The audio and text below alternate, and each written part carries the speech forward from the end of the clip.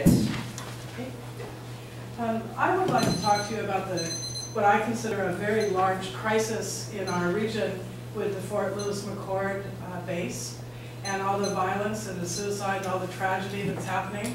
And I'd like to know if you feel like there's any solutions that you're working on towards these issues, and is there anything that you can present to us that we can do? Because this is a societal problem that is, we need to do something about it, and it's already a tragedy and it's going to get worse. And if we don't deal with it, I can't imagine how bad it's going to get.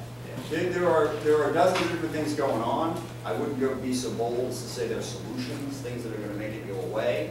And actually quite a few of them are in that bill that we were just talking about. One of the biggest things that we got in this bill, there's the epidemic of sexual assault within the military is one way of doing it. And there's an archaic way of looking at it, including to the point where, you know, if you were in a situation where it was like you're a superior who, you know, assaulted you, until it was adjudicated, that person had to stay there. You literally had to salute the person who you were accusing of sexual assault.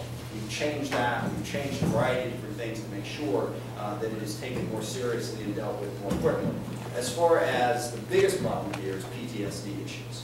And there's a whole host of programs, many of which were funded again, to try to do funded at a higher level within the bill, to try to make sure that if people are deployed, both before and after, you're keeping a careful look at what their mental state is and making sure that you're not leaving it up to the individual member of the military to volunteer, okay? That you have ways of bringing them in, getting them treatment, getting the discussion started.